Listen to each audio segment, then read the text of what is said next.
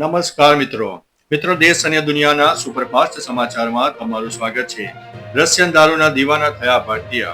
મીડિયાના રિપોર્ટ અનુસાર આ વર્ષના પ્રથમ 10 મહિનામાં ભારતને રશિયાના સ્પિરિટની નિકાસમાં ગયા વર્ષની સરખામણીએ 4 ગણો તોતિંગ વધારો નોંધાયો છે.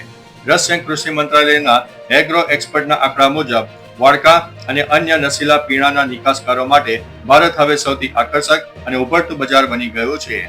રશિયન નિકાસકારો ભારતીય બજારમાં રહેલી મોટી આર્થિક તકોનો લાભ લેવા માટે અત્યંત ઉત્સાહિત છે.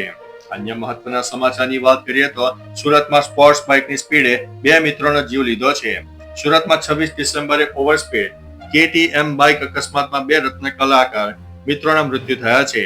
નોકરી બાદ ચા પીવા નીકળેલા દિવ્યેશ કોટડિયા અને રોનક સોલંકી પ્રતિબંધિત BRTS કોરિડોરમાં વગર હેલ્મેટે પૂરપાટ ઝડપે બાઇક હંકારી રહ્યા હતા. કાબુ ગુમાવતા સર્જાયેલા અકસ્માતમાં બંનેના ઘટના સ્થળે જ પ્રાણ પંખીને ઉડી ગયા છે. ગીર સોમનાથના આ યુવાનોના નિધનથી પરિવારે આશાસ્પદ દીકરીઓ ગુમાવી છે. અન્ય મહત્વના સમાચારની વાત કરીએ તો અમેરિકાએ આ દેશ ઉપર કરી છે એર સ્ટ્રાઇક.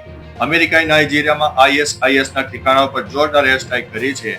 રાષ્ટ્રપતિ ટ્રમ્પે આતંકવાદીઓને કચરો ગણાવીને સોશિયલ મીડિયા પર સેનાને અભિનંદન પાઠવ્યા છે. તેમણે સ્પષ્ટ કર્યું છે કે નિર્દોષ ખ્રિસ્તીઓના હત્યા કરનાર કટ્ટર ઇસ્લામી આતંકવાદને અમેરિકા સાંકી લેશે નહીં. આ સ્ટ્રાઇકમાં અનેક આતંકવાદીઓ ઠાર થયા છે. ટ્રમ્પે ચેતવણી આપી છે કે જો હત્યાઓ નહીં અટકે તો બધું આકરા સૈન્ય ઓપરેશન હાથ ધરવામાં આવશે. અન્ય મહત્વના સમાચારની વાત કરીએ તો વાયુ પ્રદૂષણ કોવિડ પછીનું સૌથી મોટું સ્વાસ્થ્ય સંકટ. બ્રિટન સ્થિત ભારતીય ડોક્ટરોએ ચેતવણી આપી છે કે વાયુ પ્રદૂષણ ભારતમાં COVID-19 પછીનું સૌથી ગંભીર સ્વાસ્થ્ય સંકટ છે. 2025ના અહેવાલો મુજબ ઝેરી હવાને કારણે હૃદય અને ફેફસાની બીમારીઓમાં ચિંતાજનક વધારો થયો છે. ડોક્ટર મનીષ ગૌતમે જણાવ્યું છે કે લાખો લોકોના ફેફસાને કાયમી નુકસાન થયું છે. પ્રદૂષણ રોકવા માટે વર્તમાન પગલાં અપૂરતા છે અને ઉકેલ લાવવા માટે તેના વિલંબ પણ થઈ રહ્યો છે. અન્ય મહત્વના સમાચારની વાત કરીએ તો ભારતનું નવું બ્રહ્મોસ રેન્જ અને તાકાતમાં વધારો. હવે ભારત બ્રહ્મોસ મિસાઇલનું અત્યાધુનિક નવું વર્ઝન તૈયાર કરી રહ્યું છે. અત્યારે તેની રેન્જ 300 કિલોમીટરની છે, જે વધારીને 450 થી 800 કિલોમીટર સુધી લઈ જવાનું લક્ષ્ય છે. આ અપગ્રેડ બાદ દિલ્હીથી જ પાકિસ્તાનની રાજધાની ઇસ્લામાબાદ જેવા લક્ષ્યોને ચોકસાઈથી વિધી શકાશે. મિસાઇલની ઝડપ અને મારક ક્ષમતા પણ સુધારવામાં આવશે. લડાયક વિમાનો માટે બ્રહ્મોસનું હલકું વર્ઝન પણ બનાવવામાં આવી રહ્યું છે. અન્ય મહત્વના સમાચારની વાત કરીએ તો ભારતની ધમાકેદાર જીત. ભારતીય મહિલા ક્રિકેટ ટીમે 3જી T20માં શ્રીલંકાને 8 વિકેટે હરાવીને 3-0 થી શ્રેણીમાં અજય સરસાઈ મેળવી લીધી છે. શ્રીલંકાના 113 રનના લક્ષ્યનો પીછો કરતા ભારતે માત્ર 13.2 ઓવરમાં જીત મેળવી છે. શેફાલી વર્માએ 42 બોલમાં 79 રનની તોફાની ઇનિંગ રમીને મેચને એકતરફી બનાવી દીધી હતી. ભારતીય બોલરોએ પણ શિસ્તબદ્ધ દેખાવ કરીને શ્રીલંકાને ઓછા સ્કોર ઉપર રોક્યું હતું. અન્ય મહત્વના સમાચારની વાત કરીએ તો 13 કરોડનો રોપવે ધરાશાયી. બિહારના રોહતવાસમાં શુક્રવારે એક મોટી દુર્ઘટના સર્જાઈ છે, જ્યાં 13 કરોડના ખર્ચે બનેલો રોપવે ટ્રાયલ દરમિયાન તૂટી પડ્યો હતો. રોહતાસગઢ કિલ્લા અને ચોરાસન મંદિર સુધી પહોંચવા માટે બનેલા આ રોપવેના પિલર પર સહન ન કરી શકતા ટ્રોલી સાથે નીચે પકડાયો હતો. સદનસીબે જાનહાનિ ટળી ગઈ છે. 1 જાન્યુઆરીથી પ્રવાસીઓ માટે ખુલ્લો મુકાનાર આ પ્રોજેક્ટની ગુણવત્તા સામે હવે ગંભીર સવાલો ઉભા થયા છે.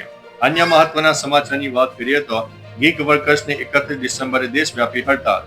સ્વિગી, ઝોમેટો અને જેપ્ટો જેવી કંપનીઓના ગીગ વર્કર્સે 31 ડિસેમ્બરે હડતાલનું એલાન કર્યું હતું. ખરાબ કામકાજની સ્થિતિ, ઓછી આવક અને સુરક્ષાના અભાવ સામે વિરોધ પ્રદર્શન કરાયું છે. વર્કર્સે 10 મિનિટ ડિલિવરી મોડી બંધ કરવા અને વીમા અને પેન્શન જેવી સામાજિક સુરક્ષાની માંગ કરી છે. આ હડતાલથી નવા વર્ષની ઉજવણીમાં ડિલિવરી સેવાઓ ખોરવાઈ શકે છે. સરકારને કડક નિયમો બનાવવા માટે અપીલ કરી છે. અન્ય મહત્વના સમાચારની વાત કરીએ તો બાંગ્લાદેશમાં હિન્દુ યુવકની હત્યા પર જાહ્નવી કપૂરનો આક્રોશ. બાંગ્લાદેશમાં હિન્દુ યુવક દીપુ ચંદ્ર દાસની નિર્મમ લિન્ચિંગ પર અભિનેત્રી જાહ્નવી કપૂરે પ્રતિક્રિયા આપી છે. ઇન્સ્ટાગ્રામ પર આ ઘટનાને નરસંહાર ગણાવતા તેમણે લખ્યું છે કે આ બર્બરતા સામે મૌન રહેવું એ દંભ છે. 18 ડિસેમ્બરે ઈશનિંદાની અફવા બાદ ભીડે દીપુની હત્યા કરાવીને સળગાવી દીધો હતો. જાહ્નવીએ માનવતા પર ખાતર ઉગ્રવાદનો વિરોધ કરવા અપીલ કરી છે. આ ઘટનાએ સોશિયલ મીડિયા પર ભારે આક્રોશ જગાવ્યો છે. અન્ય મહત્વના સમાચારની વાત કરીએ તો ગુજરાત પોલીસ PSI પરીક્ષાનું પરિણામ જાહેર. ગુજરાત પોલીસ ભરતી બોર્ડ દ્વારા PSI કેડરની લેખિત પરીક્ષાનું પરિણામ સત્તાવાર રીતે જાહેર કરાયું છે. કુલ જગ્યાઓ કરતા 2 ગણા ઉમેદવારોને મેરિટ યાદીમાં સ્થાન મળશે.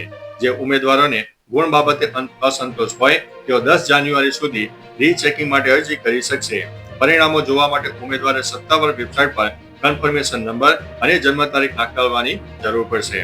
અન્ય મહત્વના સમાચારની વાત કરીએ તો દીકરીઓ માટે યોજના મળશે 1 લાખ રૂપિયા. ગુજરાત સરકારની વાલી દીકરી યોજના દીકરીઓના ઉજ્જવળ ભવિષ્ય માટે આશીર્વાદરૂપ સાબિત થઈ શકે છે. આ યોજના હેઠળ કુલ 1.10 લાખની સહાય 3 તબક્કે મળે છે.